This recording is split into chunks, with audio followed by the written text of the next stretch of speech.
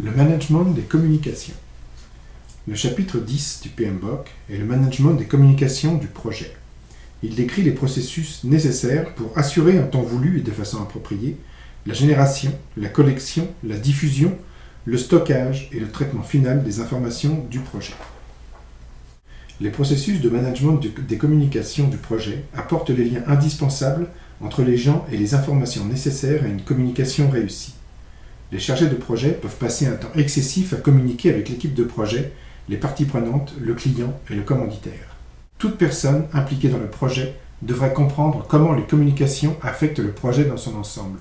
Dans la phase de planification, le management des communications ne comporte qu'un seul processus, le processus 10.1, planification des communications. Ce processus permet de déterminer les besoins d'information et de communication des parties prenantes du projet. Ce processus permet de générer un plan subsidiaire qui pourra être inclus au plan de gestion du projet global.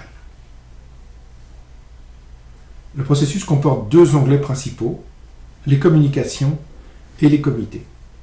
Les communications servent à décrire tous les moyens de communication qui vont être formalisés dans le projet. Nous avons ici deux moyens de communication, un suivi de projet, où l'on parlera de l'avancement des différents dossiers, l'initiateur, les membres destinataires des communications, là il y a juste un membre destinataire, et la fréquence de la communication.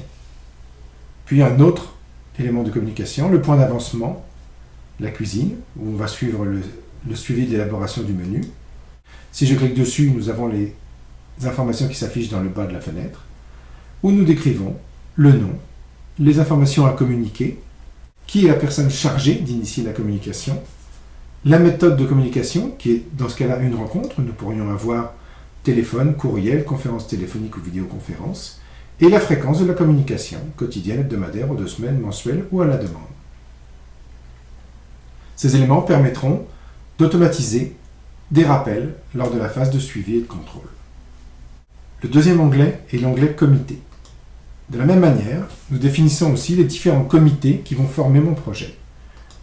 Le comité surveillance du projet va s'assurer de la bonne planification du projet. Et comme au niveau des communications, nous trouvons ici la fréquence des rencontres, puisque ce sont des comités, ils doivent se rencontrer. La diffusion des comptes rendus, comment le compte rendu sera diffusé aux différents intervenants. Et le responsable de la diffusion, qui va être responsable de communiquer le compte rendu de la rencontre. Donc les informations se trouvent ici. Et de la même façon, nous avons ici les participants au comité. On peut toujours supprimer des participants ou ajouter d'autres participants à ce niveau. L'extrant de ce processus va être la planification des communications, donc un plan subsidiaire au plan de gestion de projet, avec le détail des différentes communications et des différents communiqués. Donc les communications, le suivi de projet, les méthodes, etc. Nous avons la liste de tout ce qui concerne les communications.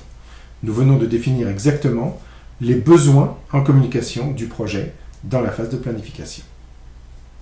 Ceci termine l'aide sur la gestion des communications dans le module PM1 Planification.